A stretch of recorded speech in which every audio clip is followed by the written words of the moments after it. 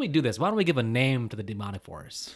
I just call it entity. There's creative choices, but entity seems kind of bland. What about a bland name for a bland movie? What about Walkathon? He Who Walks. You know the movie Talk to Me? Mm-hmm. How about we call this thing Walk to You? Walk to You. That's what it does. This ain't an A24 movie, though. It's a B25, though. Yeah. This inspired A24 to become A24. This is the original elevated horror. Animation. Babadook came out first. Animation. Babadook came out first. This is 2015. Fuck, I thought it was 2014. It's 2014. So Babadook is the grandpa, and this is the uncle. Babadook was 2014. Okay. So yeah, they're around the same time. Around the same time period. You call it entity. Now that brings up the first question: is it a curse or entity?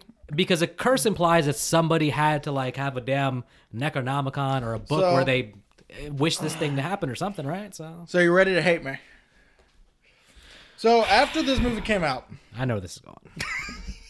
Dude, say your thing. So after this movie came out, apparently the creators and writers or whoever decided to write this episode for Supernatural, 1113, it calls Love Hurts, decided to write a whole script based on this concept. And what they added, which unfortunately I could only find it on the Supernatural wiki, so there is a thing about that it was a curse, an Aramaic curse called a Kiss of Death, where pretty much, and just like a curse, someone did have to read a spell, do all the necessary sacrifice or whatever you needed, and then whoever they kiss is being targeted by that curse. However, if the curse does not get to them before they go and kiss another person, in this case have sex, that curse is then repelled onto that person until it finishes the line again. So that could be one theory. The other theory is it could just be some ancient evil demon. You know, I have to say, usually when you cite Supernatural for any reason at all, usually I don't care for that, but that made sense to me, and I'm gonna put that into, there's two baskets here. There's always Nick's good and plausible theories, and Nick's out there theories. Well, what are you talking about? What's my out there theories? Tremors are aliens connected to the Predator universe? Well, that's because we still have not watched Tremors 2 to actually explain where they came from. Ghostface is a hired assassin? Yes! That makes so much... God. Can you really see Amber killing Dewey the way she did? I fall in line with the idea of it's something similar to Freddy Krueger, where it's a thing that was given some kind of power from something, and now it's that this is his job. The same way Freddy's job was to haunt your dreams and kill teens. Freddy had more fun, though. Freddy had more fun, but I think maybe if this is like new in its journey, that it maybe will, in sequels, maybe have more. Personally, I would hate to be this entity just because I couldn't do it. I would be chasing these people down. I would not be walking. I'd be running. Once I hit my inhaler. The benefit of this thing is that you're getting so much exercise, you can eat whatever you want. Because you're always walking. So the man can stop, and on his walk, he can stop at the Chick-fil-A drive-thru, get his chicken nuggets, his Chick-fil-A sauce, eat it, and then he'll walk it off by the time he gets to his next victim. Real question I got is, why is it always naked? I think that because it has no... Besides when it's grandma. Well, it has no place in society, so the idea of clothes, it doesn't really matter. It's a thing. So. I mean, when it was grandma, it had clothes, but... Well, those came off, though. So. But as all the other the other people it came up as, it was naked. Well, in ancient tribes, people were naked. It was a more comfortable way to walk around. Maybe it's just so now it's a Native American demon. Not... or just any kind of native demon. I don't... it was born from the fires of hell. I think Wishmaster's still in my brain, so my brain goes to like, this is kind of similar to Wishmaster, isn't it? It was born out of the opal.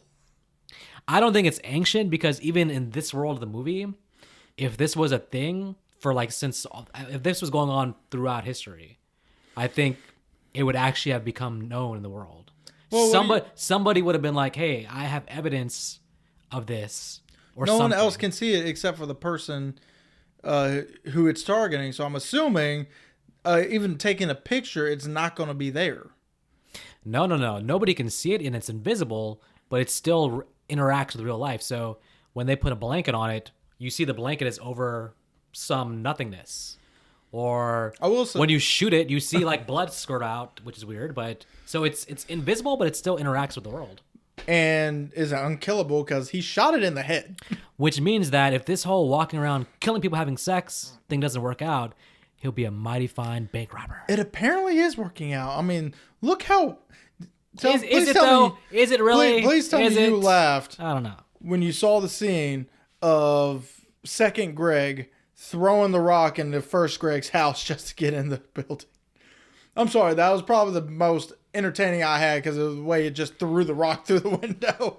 If I'm going the mindset of the demon, what's happening there is that he's disguised himself as Greg, so it looks like normal. Like he's gonna walk into Greg's house as Greg. It just looks normal to anybody like looking out the window. Right. So he goes to the front door. He's like, "Oh shit, door's locked."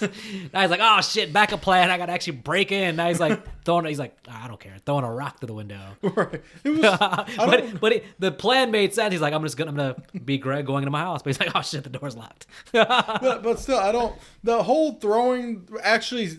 We sort of see that with Jay's house. Yeah. The rock being thrown in and then all of a sudden it's in. But actually seeing it happen was just hilarious. It was pretty hilarious. It didn't have the sense to also, if he was trying to be incognito, he could have went and tried the back door also and maybe got in that way. Or he could have just knocked on the door and waited for mom to come get up and unlock the door. Sure, we don't see if the mom's actually in the house or not, but... I mean, we eventually see the mom-ish. Ish, yeah. And a little too much of her, in my opinion. One thing that bothered me early about the movie, we'll go through some couple things here. That opening scene with the girl. So the girl, we can theorize that Hugh had infected her first before Jay. Yes. The movie opens with her running out the house, jumping in a car and driving away. Well, first she runs out the house, and I'm just curious, why is she in her PJs and high heels? She has so much stress on her brain. She's not really thinking clearly. She runs in high heels. I'm sorry. Eventually, that's going to be like, oh, I might want to take these off. These hurt. So she goes to a beach where she gives her last words and I guess just gives up. Yes. All right. If she's that close with her dad, her parents, it seems like, why not just try telling them? Maybe they can help you in a way. I mean, it's not like you establish you have a relationship with your parents through that phone call. It's like, at least try to tell them. So I got an answer for you. Yeah. Because this is still a horror movie. We've seen how parents act in horror movies. She'd be in a padded room. I don't know about that, man, because I think that if she knew enough about the thing to know that there's a way to get some kind of physical evidence of it, maybe she didn't know what's going on, but giving up, because the thing is, first of all, you have a car, so you could just keep driving. That's one thing. It ran out of gas. Even on the beach, you could still probably see it coming at you. She did. It can't really surprise you. We didn't see it as the audience because our main character hadn't gotten it yet, but she saw it. She was staring right at it as she was talking to mommy and daddy. So you're telling me the scene ends. What happened after that is that she stood on the beach and said, "Hey, I'm here. Hey, come get me. Hey, you're looking for me." It already knew where she was anyway. Yeah, but to actually wait for it to walk to you slowly, like, "Hey, I'm right here. Come get me. I'm gonna stay exactly here." Why not just run? I know what it was. She thought she could take it on. She lost that battle, my friend. It didn't look like a competitive. Didn't look like the end result didn't look like a competitive fight to me. She lost in the end. She lost a foot. She lost a kneecap. Her giving up seemed to make it treat her worse. Well, yeah, I was pissed. It didn't have fun with her. Now that's another theory we can go to as well, because the only people it killed that I saw was people that either gave up or didn't believe in it. So we have her, we have Greg. Well, the thing with Greg is it also acted differently with him. I think Greg pissed it off. I think if it has an independent brain and see that Greg basically used the girl to have sex and then like denied the whole thing, I think Greg got it pretty bad, but also, Well, we didn't see the aftermath. well, you saw his face afterwards. Yeah. The life was sucked out of him, and also being killed by her mom seems like pretty. Naked mom. That seems to be pretty devastating. So, Not really. Because notice how he was talking to her. He was like, Mom, what the fuck do you want? yeah, then your mom lunges at you and does That's the crazy things. It to you. lunged at him. Notice how with our main character, it never did anything until the end that actually seemed like it wanted to kill her. So I'm going by that, and then this beginning girl, he didn't like them. He just like, I'm gonna mess you guys up. With her, it almost looks like, again, he's the fact that she's actively taking steps to like get away from him. It seems to, with her, enjoy the chase, because when it has a chance to kill her, it decides to just screw with her by messing with her hair. If it was that angry at her, it would jump at her. And so it definitely seems to respect people that actively run away. And Or it at seems, least try to survive. and it's kind of like Michael Myers, where he like kind of likes to play with his food a little bit. Because another thing she did that also shows she wanted to survive versus just lay down and die is she shot this thing. Yeah, she fought back. Even though it just got right back up. But notice how it also, in a sense, stopped coming and then just did the one and only jump scare you get in the whole movie with the little kid jumping through the hole of the door. Yeah. That bullet hole really didn't do anything except slow it down for 5 seconds. It dropped and then got right back up. I'm just like, so I actually do got a question. And it's a very serious question because this thing is transmitted through sex. Yes. What would happen if she slept with another woman? Would it still count or does there have to be penetration? Ah, interesting. So the director made a comment about this because it came Other up. people asked. The director said that in his headcanon, basically, as long as the two people involved both consider it as sex, then the entity will treat it as sex. Well, one thing to consider is that that gets into what the movie's actually about, because most people think that, okay, it's like this is like a metaphor for like STDs. Well, you got an ST demon. ST demon. But other people think that it's actually just about the loss of innocence and becoming an adult. Some people think it's about getting older and like death is always coming for you. Well, you can't say she had any innocence. She mentioned earlier in the movie she's already had sex. Yeah, but still, even then, there's still something about going from like 18, 19 to like 25, 26, where you have a lot more responsibilities, a lot of things where your childhood is pretty much gone. So it can be looked at as like a cautionary tale about having sex. It can be looked at as just about your overall mortality. It can be about becoming an adult. It's a lot of different theories. The real question I got is, notice how everyone that's, had sex just for fun or to pass this thing on, yada, yada, it does transfer. What would have happened if, say, they did it to make babies? What if it's a pro-life demon? You didn't think that was going to be that funny, did you? Maybe the strength of this movie is that everything's left unexplained, so we just can fill in the blanks with the theories. I don't know the morality there, what's going on there. I do have a question. Well, when you're done, go ahead. Well, I was going to say, because if this is possibly about morality, then wouldn't the demon not target someone who's choosing to continue procreating life? Because that's the whole point of sex to most Christians and all that is life. So that would get into, I think, if you're married and you have sex, the demon leaves you alone. But if you're not married and not having sex, it assumes that you're not doing it for the purpose of having children. Because a lot of married couples will have sex with the idea of like, hey, let's have children. Like, because how do you determine that other than just like, it's a married couple? Well, there's also a point that there's couples out there who've been together 8 years, don't want to get married on paper, but they still want kids. Well, the demon's going to kill them. The demon's not gonna get that nuance where he's like, oh, okay, well, listen, they're kind of in, kind of out. He's gonna be like, you should have got married, you didn't, you're dead. The demon you don't get the tax benefit and you're dead. Oh, come on, ST demon would not have known. That's what I'm saying. Well, I mean, I don't know. I think he'd be sitting there like, as they explain to them, like, we've been together a long time. We don't want to. He's just sitting there like, yeah, you're dead. And also, why it couldn't kill the girl because eventually that baby could be another soul it could take back to its master. If it's a demon. If the master wants to collect babies. Then again, if this is like a pro-life demon, are we sure it's a demon and not an angel? Oh my god. I don't even know what's going on anymore. It's here to save lives. I don't know what's going on. It's here to prevent unmarital sex. I have a question now. You know that whole scene where they go and find Hugh and Hugh gives the info dump of like what's going on here and stuff? And the fact that Michael Monroe was like me in this scene, just not paying attention to what the fuck was going on. There's a lot going on with her in the grass. Right. She was playing. She was touching grass. Maybe she's pissed off at him and she's just trying to like distract herself from jumping on him and choking him, which may have been that probably would have made me happier watching this movie if she jumped on and started choking him. Hell, the demon probably would have been like, you know what? I'll let you finish. She should have slapped him. And there's something about the fact that this character sort of gets away scotch-free in this movie. Well, that's because she lived. So basically, he's safe until she dies. He put the burn on her, but then also because she happens to fight back, he's like super safe because he's safe until she dies.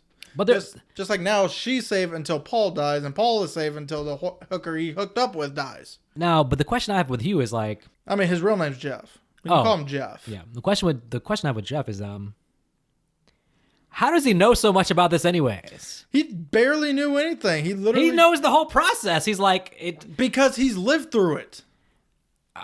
You lived through it long enough, you'll know the process, but he didn't know what this thing was. He didn't know why. He didn't know how it started. So he's theorizing himself. He's saying that once it gets you, it goes back to that's already been proved. That's how he knows, because the first girl he slept with, she died. I guarantee you that wasn't the first time he condemned someone to death.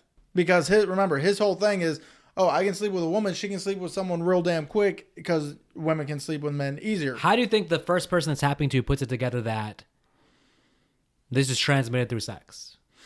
They probably had sex immediately the very next night. Because she finds out because he tied her up and told her what's going on. Did somebody... My point is like, just through it coming after you and killing you or like that, you'd still have to know that the way I get rid of this is by having sex.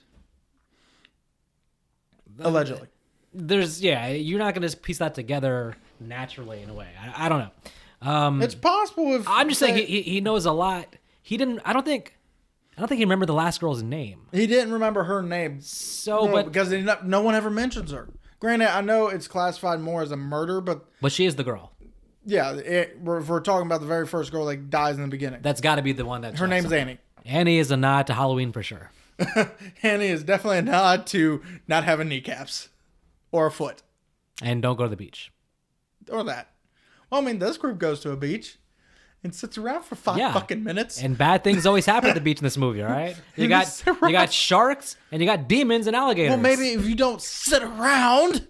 I don't know. I just thought he knew a lot. I'm taking him as basically in this movie being almost like there's a thing they call an unreliable narrator, where he's made up his own theories and telling them, but he really doesn't know what's going on per se, but they're taking it as gospel pretty much. So I'm going to say this now, so I don't have to say it whenever we do Talk to Me, is there are a lot of these modern movies. Yeah. And honestly, I think you said it with Night House. It would be a better movie if it was more psychological thriller with an unreliable narrator. Mm-hmm. Think about if us as the audience didn't see what our main character is seeing, or even if we are, but then at the end come to find out she's already kind of gone insane a little bit, then the movie probably would have been much better. Yeah. Like I said, I'm pretty sure you said the same thing with Night House, because it still left ambiguous to where if the nothing was even real. Yeah, true. I mean, then again, how can nothing be real? In terms of nothing being real, this movie... There's a lot in this movie to suggest that this whole thing might be a dream sequence. Like the music? The music is some shit you would hear in a dream, for sure. But also... it's something you would hear out of Nightmare on Elm Street. Yeah, very Nightmare on Elm Street-esque. The time period of the movie is kind of weird because... So... We have an old black and white TV. And a VCR, too, actually. But the one friend is reading something off a modern Kindle, a reading device. Apparently, the vehicles are all over the place in terms of what types of vehicles they are. And the clothing, the fashion does seem kind of old too. So the director said he meant to do that because it's supposed to be almost like how you would be like in a dream state, where everything is kind of like weird and out of place and stuff. So that was all purposeful, and even also what time of the year it is, because the beginning she's in the swimming pool. Yes. But I can swear at some point in the movie they're in winter clothing. Yeah. It's like they're wearing like winter coats and stuff. Well, there's also a destroyed pool the very next time you see it. Yeah. Well, and here's another thing that I'm still trying to figure out on why they decided to do this. Why, when we first get introduced to our main character, yes, I understand we've already been introduced to the situation. Why, when we get introduced to our main character, who currently has no stakes put on her life right now, are we getting horror-filled music? Let's look at Nightmare on Elm Street, for example. We don't get that when we first meet Nancy. I think Nightmare doesn't have that, but Halloween has that. As soon as you see Laurie Strode, you got the Halloween music playing. So I think it's to create like the early tension of the mood. Nightmare does have ominous music when you first meet Nancy, I would say. All you get is the 1-2 Freddy's Coming For You song. And that's not scary? No! I think you killed your own point. Nightmare actually does have that sort of that tense thing at the beginning too, I think. Even like when she's walking, I think it's like... No, because all it is little girls jumping jump rope. You want to jump right into the tension, basically. And this movie does that. And I commend it for that. Now, one thing though, let's go back to Walk a Lot again. Okay.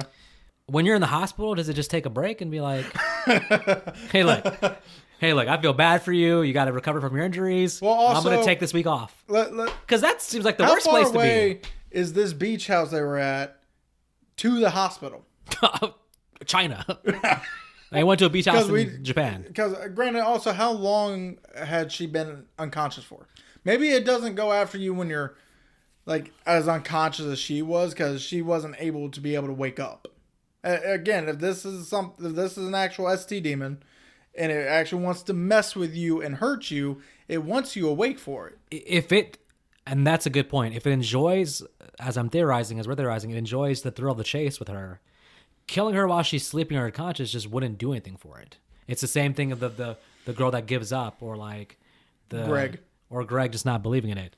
So for him to be like, yeah, like, I'm going to let you get out of the hospital and then resume the thing towards you. Also, she has sex with Greg. And the thing, too, is like, a lot of people are like, why does she not have sex with Paul? And so I kind of have a theory for that one myself. I'm pretty sure you probably have it written down and it's going to be the same. She actually likes Paul. Yeah, exactly. Greg, she's honestly at this point tolerating. I think what it shows basically is that prior to this moment, she didn't want to actually do anything where she was putting the burden on someone else. She wasn't at that point that Jeff had gotten to where like, okay, I have to get rid of this. She's still just taking upon herself to like whatever she can to do to stop it. After this, she's like, okay, screw this. Whatever I can do to like now pass the buck. And as she looks into her circle, exactly what you're saying. I think that with Greg, she's kind of like, I kind of like this guy, but if it kills him, I'm okay with it. Whereas with Paul, she's like, I care about him in a way where I don't want to actually put this on him. Well, the other thing is she was pretty certain Greg was going to be able to pass it off pretty quickly. Because out of this whole group, he's the good looking one. Now, with Greg, I did notice something very interesting with that. He stopped going to visit her. He tried the one time, and they were like a friendly group. When he came back that second time, it seemed like all her friends like just get away from us. They were kind of like kind of cold to him. Like, I think because he was such like, hey, it's not what she thinks. I don't believe it. He was so like negative about it. And at that point, the dude Paul's like, dude, somebody threw the shit out of me across the beach. Like I got. And by the way, the thing did show like super strength at that point. It like.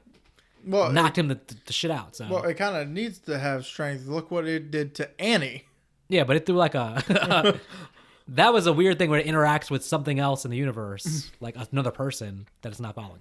But the thing with Greg that I noticed is that, all right, he has sex with her. He's skeptical of Hippo. He's like, no, I don't believe it. But they do show immediately. They show him the next scene is him like at a table with girls, basically. Something in his head did be like he was. I know that he's like a ladies' man or whatever in this movie, but you could easily theorize. He said, "Well, just in case, I'm gonna have sex with a new girl immediately. But that's probably what she So thought I wonder too. in his internal dialogue if he was actually kind of like, just in case. Well, yeah, but unfortunately, or probably fortunately for the girls, they avoided those ST demons. No, but they probably died because it takes a while to get to him. Takes 3 days. Yeah, I think that's Again, enough. we don't know how long it is from the beach house to the hospital. No, it takes 3 days after that hospital thing. Yeah. So that combined with the hospital thing might be like 5 or Notice 6 how days. long it took them to drive to that beach house in the first place. Yeah, but 5-6 days? It's walking. 5-6 days? It's walking. What So- if it's in a whole nother state? Oh, come on. It's not. Whole nother province in case didn't go to we're a different state. out. In case we're in damn How do Europe. why are you saying 3 days? Did they say that? Yeah. After the hospital, they do say it's been 3 days. 3 days. I still think he probably tried to pass it on quickly. It seemed like it took a while to get to him, is all I'm saying. So Unless this thing learned how to teleport, which to be fair, some people theorize that it actually can, and sometimes just chooses not to.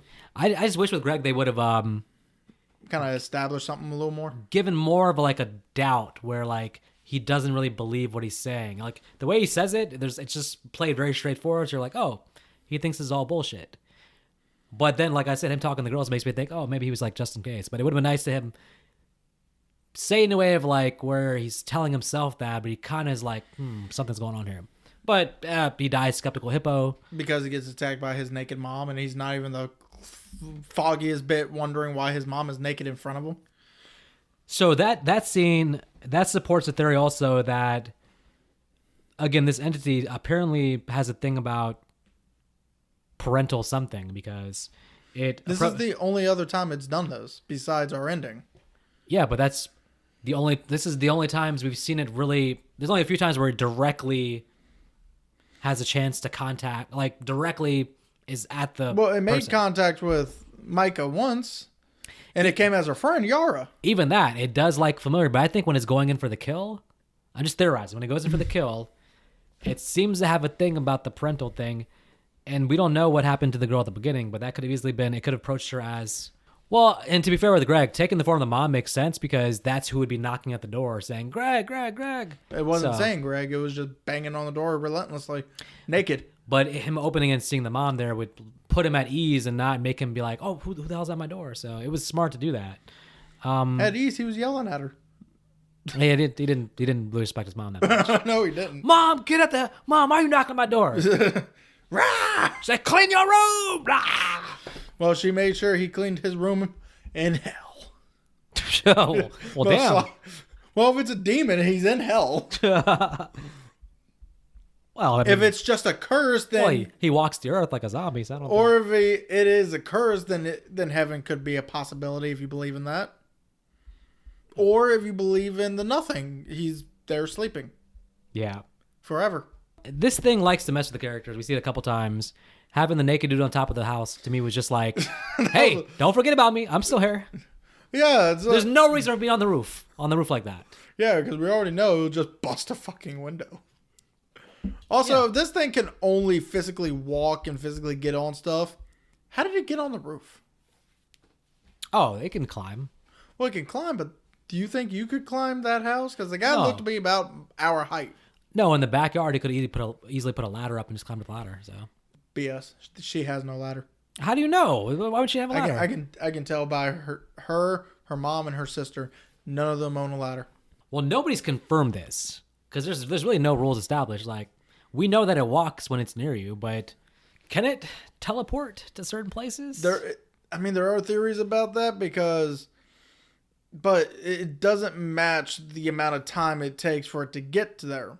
Like the whole thing with the beach scene. They're there for what? 2, maybe 3 days before the thing finally shows up again? Somebody online actually came up with, I don't know how they did this, but they came up with they tried to calculate exactly how many miles it walked to get her. Well, from the town to this beach house? I guess collectively for the entire movie. And apparently what they calculated was like 1,011 miles. Well, if it's a demon, it doesn't exactly need to take a break. Doesn't need to hydrate, doesn't need to eat. If it's a curse, it definitely don't need to take any breaks. So 1,000 miles, I guess. I mean, But then again, if it was a demon, it would be able to teleport, I'd feel like. A curse has to act in whatever confounds the curse puts on it. Even the demon, though, like even Freddy has limitations. If you bring Freddy out into the real world, Yeah, he's a regular human at that point. so even demons have limitations. Even like the demon in New Nightmare, there's always a way to defeat it. You just have to figure out what it is. Yeah, and their form of being able to defeat it was get it in the pool and then fry the shit out of it, which makes me think they think it's more of a ghost. Because ghosts are more electrical and like electrical frequencies or whatever the shit people think ghosts are and like that. That would have worked on a ghost. Not so much a demon, which we find out. So I'll say two things about this. I think there's two things with this ending. I would say one thing is that I don't think the writer, I don't know if they knew how to end the movie, because how do you defeat it? I don't know if there was a good solution within the story for the teens. I kind of give them a pass because they don't know what the hell's going on. This is like their Scooby-Doo solution to like trying to do something, but they're not going to come up with some amazing. Nobody's giving them like you stab it with a dagger and it blows. Like nobody's giving them an answer. So. Well, I'm fine with that. But again, if this was a ghost, what they were planning would have worked if it did what they wanted it to do. If it's a demon or a curse, it's not going to. But it ends up working to a degree, though. To a degree, it slows it down. But I will say the scene originally pissed me off. Just like I've actually read that it pissed off a good amount of people because, like, wouldn't this girl have been dead after this thing started throwing electrical items into that pool? Well, I think she gets hit with the TV at one point. Oh, she does. Which killed Stu in Scream 1. Which I'm talking about a actual electric shock going through the water because put a toaster in a bathtub, what happens? You die. Well, I actually found out that it does make perfect sense, which means even if this was a ghost, it still would not have worked. Because, and I had to look this up, apparently to supply the appliances correctly, would be correctly protected with an RCD GFI, which is a ground vault indicator or something like that. I can't remember what I stands for. As per codes, it is highly unlikely anyone would suffer an electric shock or worse. So in this pool, all those plugs would be ground protected. So there was a rhyme or reason to it. Yes. So now it doesn't piss me off as much. But then, and of course, a ST Demon's not going to know that. But at the same time, then we get the point where I always talk about gun safety. Of know your target and what's beyond it. Yara gets shot in the leg. Because he knew, he should have known what was beyond that target. Yeah, at first he was a little bit too gun happy. And then he settled down and be like, let me actually walk up and get a direct shot is probably the way to go. Another thing that pissed me off in the beach scene was our main character shooting the gun. Jay shooting the gun. This demon is so close to her, it could have grabbed her. She misses. 5 out of 6 shots. If you've never shot a gun before, from that close, you would not have missed. Man, not from that close. Well, she did. It literally went by this thing's leg into the ground right next to it. Yeah. And again, this thing is already close enough to grab her. Well, the pool thing does temporarily slow it down. And then finally, a real solution is to sleep with a prostitute. Now, finally, she realizes that she can, I guess she didn't realize it, but she finally lets Paul in on that, basically, by sleeping with him. He's going to go to a prostitute, which I wonder if it would have made sense to... Just done that in the first place? Also have gone to a different state or a different country, slept with a prostitute there, and then came back. We have at a certain point, these characters have to realize that one that's doesn't make perfect sense. One thing that's going to make sense is at a certain point just to take a long ass trip and come back. Once they are old enough to have a job to pay for that kind of money. I'm sure they could work a summer job and scrape together some money, but I understand within their position they can't do it. But I'm just saying, drive as far as possible, prostitute thing there. At that point, just fly to Japan. Yeah, absolutely. Because then the thing has to walk through water, and water would slow it down. The movie does have a fun, ambiguous ending that I hope the sequel doesn't ruin, which is basically these characters might have temporarily got away, but they're always gonna be looking over their shoulder. They're never gonna really be able to enjoy life because they're always gonna be watching out for it. Well, even Jeff said that even though it's not targeting him at the moment, he's still seeing it, which means it is still messing with him at the same time. So even if the movie is not about how terrorizing the villain is. It's about that if you think about yourself in that situation, you're gonna have trouble sleeping. You have trouble sleeping every night. You can't have a normal relationship. Your whole life is ruined, basically. No, I know. So we've already talked that they're making a sequel. Micah Monroe's coming back. I actually have a theory about what's going on now. Okay. So this thing has already killed Paul. Let's go. We're getting that right off the bat. Micah Monroe is currently in the hospital being treated with every STD. Wait. You're telling me that within the first 5 minutes we're gonna have her being like, Paul. Where's Paul? Yes. So we're doing Friday 13th Part 2 again. Yes. And then, all right, no. And then when she, and then we would cut back 10 years later, and she's going to be filled with every STD and AIDS there is to be able to keep this thing off of her. And in a sense, it comes up to her again and just looks at her and goes, "You're not even worth my time anymore." And walks away because she already has a death sentence. So it talks. Well, no, it's not going to talk. It's just that's the facial expression it's going to give. She's going to say, "Girl, bye." Pretty much. You know, I want to think that the most logical thing is that there's a new group of teens and she's like the advisor. But within the story, it's like, it has to kill her first, though, doesn't it? Like, no. It just keeps getting passed on. Oh, wait. No, I get your point. Okay. So she can be an advisor to a new group who's dealing with it. Yeah, after it's and it passed has to go through the new group to get back to her. Yeah. Okay. Are they going to pick up like 10 years later, or is it going to take place like right after? Because if it's been 10 years, that thing should be so away from her at this point. Yeah. Still doesn't mean she wouldn't be able to give answers. So Tarantino had made a comment, like a tweet almost, just saying, he's like, the movie's good, but it could have been great. And he said the director broke his own mythology left and right. So he gives 3 different examples, so we'll go through them one by one. I'll give the first one first. Gonna read it out loud here. Okay. His first example. He says, we see how the thing is. We see how it acts. They're never casual. They're never just hanging around. They've always got that look, and they always progressively move towards you.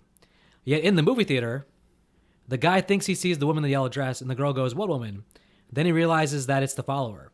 So he doesn't realize it's the follower just by looking at her. She's just standing in the doorway of the theater smiling at him, and he doesn't immediately notice her. You would think that he, of anybody, would know how to spot these things as soon as possible. We spot them among extras. So his point is, in the theater, he's like caught off guard of like, hey, but it's true. Is the thing just back there like chilling against the wall, just smiling at him? Like, they do have a unique look that you can kind of tell if it's the thing, right? Yeah, and hell, later on in the movie, they all seem to have no eyes. Yeah. Didn't you notice that? Yara, the big tall dude, the girl that breaks in and grabs some orange juice. I mean, they actually have no eyes. I think the idea is that it would be hard for it to sneak up on you even in a crowd, because you can it acts in a very specific way that you'd be like, oh, that's a thing. It wouldn't be like it just walks up to you as a normal person. You're like, right. Hey, you're a normal person. So that kind of... Even though with Greg, it did look like it just walked normally. Yeah. Right before it just very funnily broke a damn window. It did a good job with Greg, for sure. Okay, so that's example number 1. Example number 2. He says the movie keeps on doing things like that, like not holding on to the rules that establishes. Like, okay, you can shoot it in the head, and that works just for 10 seconds. Well, that doesn't make any fucking sense. What's up with that? And he said all of a sudden, the things are aggressive, and they're picking up appliances and throwing them at people. Like, they're strategizing? That's never been a part of the thing. I don't buy the thing is getting clever when they lower them into the pool. They're not clever. Now that, I sort of disagree with them. I do think that it does show, maybe not full-blown strategy, but it does have a plan, it seems like. That's why it'll pick who it's going to form itself as. So I don't think he's acting like it's mindless. I don't think it's mindless. So I kind of disagree with them on that. Throwing the appliances, it does seem kind of weird thing for it to do. Yeah, because so far all we've known is it gets you once it touches you. Now this third point is actually pretty good, I got to say. Like, I would have never thought about this. He's like, okay, you got this handsome geeky boy. This kid obviously has no problem having sex with her and putting things on his trail. He's completely down with that idea. Wouldn't it have been a good idea for her to have sex with him before she goes into the pool. Then you have two people that can see the thing coming. It's not like she'd have been tricking him into it. It's a plan they would have had together. It's what I would have done. Mm-hmm. So that pool scene with them both being able to see it suddenly becomes very advantageous. If it sneaks up on him, she's there to see. Yeah. Especially in the pool, that would have made sense. And even with Jeff, If they would have gotten him to come back and help, but he was so scared he wouldn't have done it. But if you're Jeff, don't you want to kind of keep tabs on her? Don't you want to know, like, is she He alive? obviously didn't give a shit about Annie. Yeah, true. Well, he should learn from his mistakes because he just completely ignored that, and then it snuck up on him. If I was him, I'd be kind of like wanting to keep in touch with her. Like, hey, are you still alive? It's like, go straight to voicemail. So this phone number's been disconnected. Oh, shit. She gone. So Well, I'm also wondering, because honestly, after Annie, to our knowledge, he then starts dating her. So I'm assuming he didn't date her at the start to get her infected. no, Here's another thing. If an infected person who already transferred the infection over, would they still be able to infect people? Because, again, wouldn't that kind of make leaps and bounds against what this thing would have to go after next? I don't think so. I think that would cause too much confusion for the thing. I think the reason why at the beginning they have two different dates. They have that first date, and the second date is where he drugs her. They have sex, and then he drugs her. That first date is probably him just trying to get on with his life now, have a normal date. He probably does like her, but then in the movie theater, he sees a thing. Now he goes home and says, okay, on the second date, I have to transfer the curse or whatever to her. And that's what happens. I'm guessing that's because at the movie theater thing, I thought the movie theater thing, they had this conversation where they're playing this game, right? I'm trying to remember, did she bring up the game or did he bring it up? She brought it up. And honestly, it is a pretty decent way of finding out that he's back on that target list. Because you have to have the audience realize it too. So it has to be something where they're talking about something where he points it out to her. Otherwise, he would have just kept that stuff in his head and like just been like. Well, another thing is, so Quentin Tarantino mentioned that, from the sounds of it, this thing was not coming towards him in the theater. Is it possible, because he did say he's still seeing it, is it possible that at this point, during this first date, Annie is not dead yet? What if Annie died this same night? Which is why we don't hear about it. Very possible. And when you think about it too, this thing about the thing walking towards you, I mean, when it comes to the pool, for example, it's like walking around.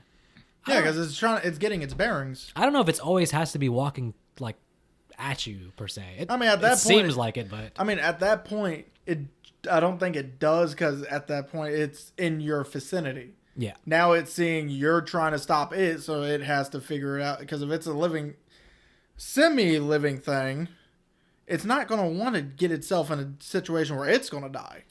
What about Jeff's, like, when Jeff makes his plan to have sex with her and then drug her and tie her up?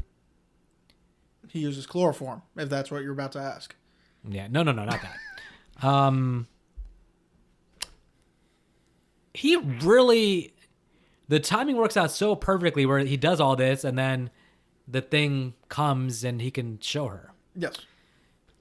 What if that timing was off though? It's like kind of like what if it came earlier in the night? It's like when they were having sex and it killed them both. Yeah, he seems to like be able to calculate exactly like when it's going to be coming because he's like, okay, this is perfect now. Like, well, I'm also assuming that he probably saw it earlier in the day and he just kind of, I guess, timed it out right, because he did graduate school, so I'm assuming he ain't dumb. Because that time when you're having sex, you got to be like looking around still being like, okay, I can't do anything that's like, it just feels like they gave Jeff way too much like information, control, knowledge to set this whole thing up. Well, who knows the last person the woman that did this to him? Maybe she did the exact same thing to him. And maybe he didn't think about anything of it at first until he had sex with the first girl. She died, and then he goes, oh shit, this is real. I just think somewhere in the chain, Someone had to know somebody something. passed down some information that made it through the chain. Right. Anyways, folks, hopefully you've enjoyed our theories of It Follows. We will review the sequel one day when that comes out. Oh. Happy Turkey Day to all of you. Gobble, gobble. Gobble, gobble. Today's Thanksgiving, so enjoy yourself. Have some turkey.